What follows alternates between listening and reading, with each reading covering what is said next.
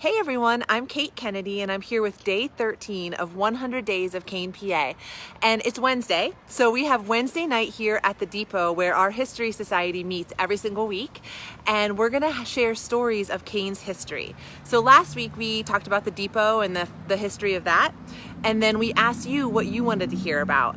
And we got some great requests, and we're gonna start with a request for stories about our founders, the founders of Kane, and what their early lives were like here. So Wendy Oakes has a lot of great information and is very excited to share these stories with you. So I'm gonna go ahead and flip you around, and we're gonna go over and say hello to Wendy. Hey Wendy. Hello. How's it going? It's just fine. All right, so we're so excited to hear about the early days of Kane. Our founder is pretty awesome. He's a lot of grit, and we can't wait to hear the story. So why don't you go ahead and just start from the beginning. Okay. Most people know about Thomas Kane to a certain extent. Tom was born down in Philadelphia. He was the son of a judge, a district judge in Philadelphia. He had a law degree. He became a clerk for his father. Their office was in Independence Hall. And he was a little adventurous. He didn't want to just sit in an office all the time. So he ended up in Kane, Pennsylvania, because his father was part of in this area, and it wasn't Kane at the time, but his father was part of a group that owned all the land around here, and he came up here to survey the land. And something about Thomas Kane, he was a visionary. He decided he wanted to have a town here, and he decided he wanted to live here. And there was nothing here but trees. He was on top of a hill, of a mountain, and he could see that this would be a special place. So he spent many summers up here surveying, and his wife Elizabeth would come up during the summers, and they would stay down in Wilcox at a house called the Upland House, which is still standing down in Wilcox. Over the years, he decided he wanted to build a house, and they started around the late 1800s. And he was an abolitionist, he was an activist, he was always somebody for the downtrodden. He was always looking for someone to help. He got in an argument with his father. His father thought the law was the greatest thing that there could be, and he was in a case, it was a Passmore William case, and it was a famous case about slave owners. And he had to send these runaway slaves back to the South. And Thomas absolutely disagreed with that, and he quit the law practice over that. And his father was so mad at him, he called him in contempt of court and tried to put him in jail. One of the other judges made sure that he didn't go to jail, but that there was a break there for a while. And he was part of the Underground Railroad. He helped slaves escape from the South and through this area and through Philadelphia and farther north. So that right there shows you what kind of a person he was. So here in Kane, this is one of the only towns that was built because a person wanted it to be built. Not because it was at a crossroads, or it was at a river, or it was on the ocean where a deep bay came in. This was a town that one person decided he wanted to build. And he did that even before the railroad came through, right? Yes, before the So railroad. there wasn't even the railroad here. It was just the woods. He was instrumental in getting the railroad here, though. In 1864, the railroad came through. He started building his house in the late 1850s. He had some stone cut, brought up. It was laid out. The house was going to be at the tallest point, which is now where the Kane High School is. His house was situated in the spot where the auditorium is now, and it was facing the railroad. Except it would have been about 10 feet taller, because when they built the high school, they took about 10 feet of soil off to level it out. So it would actually have been a lot higher than what you see the high school at. So when this war started, he was the first person to head for Harrisburg and volunteer. The Civil War. After the Civil War started, he went and gathered up a bunch of hunters and woodsmen around here, met in Smethport, and they headed for Harrisburg. And that regiment became the famous Bucktail Regiment. And he spent several years in the Army fighting in the Civil War, and he was wounded 3 times, and he finally had to leave because of his wounds. And when they came back, to start building the house again, all the stones that they'd cut were gone for the foundation, so they had to start over again. But once they started that, they got the mill built. So he cut wood and sold the wood and used the wood to build the house. The mill was situated on the back property of where the cane handle is, towards the back, towards the woods there. That's where his mill would have been. How did he and Elizabeth meet? That's an interesting question. He went, and when he was 18, he went to Europe. And Elizabeth was living in England at the time. And they're actually related. They're second cousins. And he went and visited. She was just a little girl, and he brought her a doll. It was a porcelain doll, and we still have the doll in the depot. And that was the first time they met. Then when she was 9, she moved to New York City with her family. So they stayed in touch because they were family members.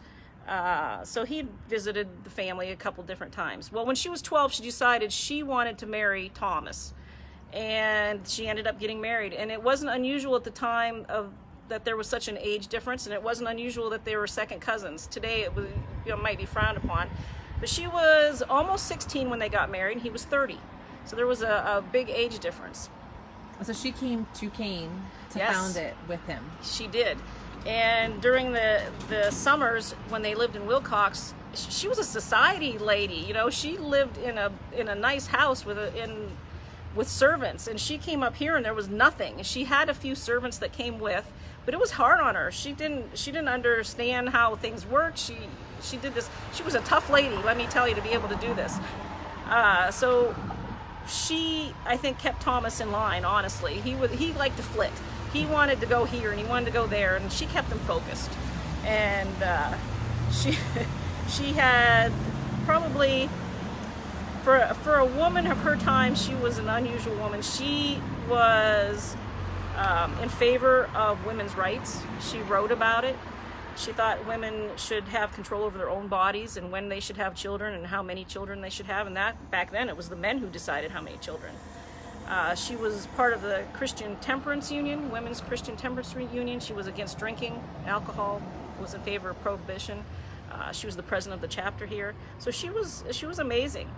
They had the mill here. The mill burnt down at one point, and they had to rebuild that. So they had some tough times while they were here.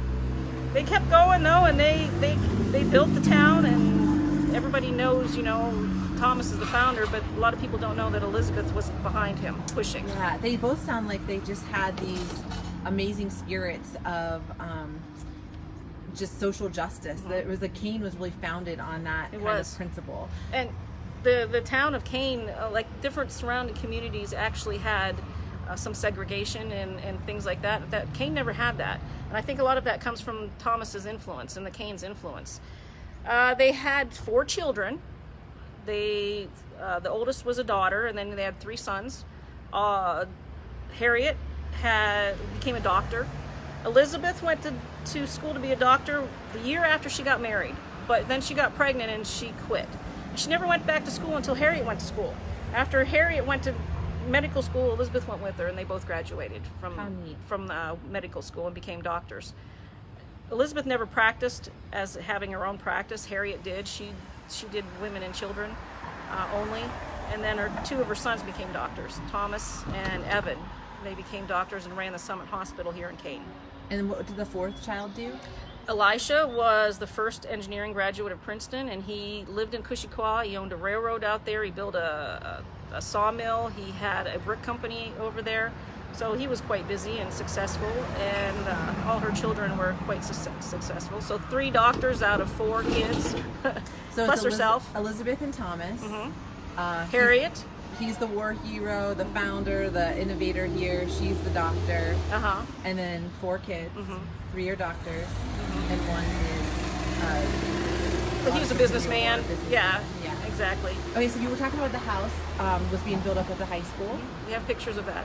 Okay. She was a photographer. Elizabeth was one of the first women photographers, and she took lessons from one of the famous photographers of Langenheim out of Philadelphia. And when she was here, back then when you took pictures, you put them, they were pictures on a glass negative. So you had to treat the glass with a special solution. and then put them in the camera and then expose them, and the picture would go onto the glass. It was quite a process, and we have journals that talk about how she failed this time and this time it didn't work, and we have one glass negative that we think is really special. It's of the house up there that was built, and there's some damage in the corner and it looks like little worms were eating it, and it's because back then the solution had albumin, which is egg whites, with other chemicals mixed in it, and that's what they used. And the reason why we think it's so special is because if you look at the corners, she held the corners, her fingerprints are in the corners when she tilted the glass to get all the solution on. Wow. So that's one of our favorite negatives, because we know those are her fingerprints on there. What happened to that house that was up on the hill? It burned down 1896, after Thomas died. Thomas died in 1883, and there's always been a myth that he built the manor. He did not. Elizabeth built it. She designed it to her specifications. She wanted all of her children to live there with her, with all their families. It was like a multi-family home. So the Kane Manor was built for Elizabeth, by Elizabeth, right, for all of her kids and their families. Exactly, because sometimes I'll have somebody ask me about that, and they're like, General Kane's home. I'm like, no, it wasn't his. The only home he knew was the high school home. Exactly. Yeah. He had died long before. Well, that is awesome. This is a great start to the history of our founders.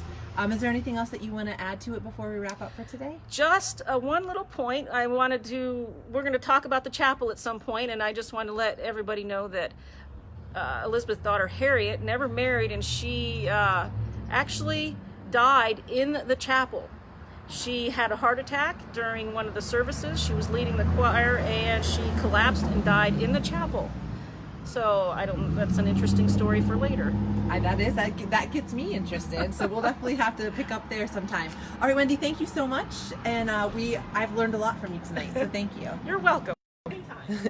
All right, you guys, I think that's fascinating. I love that our founders were really concerned about other people and the rights of other people, that they had this grit and this determination, and I hope that makes you really proud to be living here in Kane, Pennsylvania. And next Wednesday, we'll be back with another story of our history, and would love to hear kind of what you are wanting to learn more about. I know some of you have asked for the Lobo Wolves, which we're definitely going to hit on, the Memorial Chapel, the Penn Kane Hotel. Those are some of the things that we've heard so far. But if there's other parts of our history you're curious about, we'll be here every Wednesday. So please write in the comments below what you want to be hearing about as far as the history of Kane. And this is a treasure. We're here every Wednesday night at 7 p.m. You're always welcome. It's also open on the weekend. So come down to the depot and see for yourself some of the history of Kane, Pennsylvania. All right, you guys, thanks so much for tuning in, and I'll talk to you again tomorrow.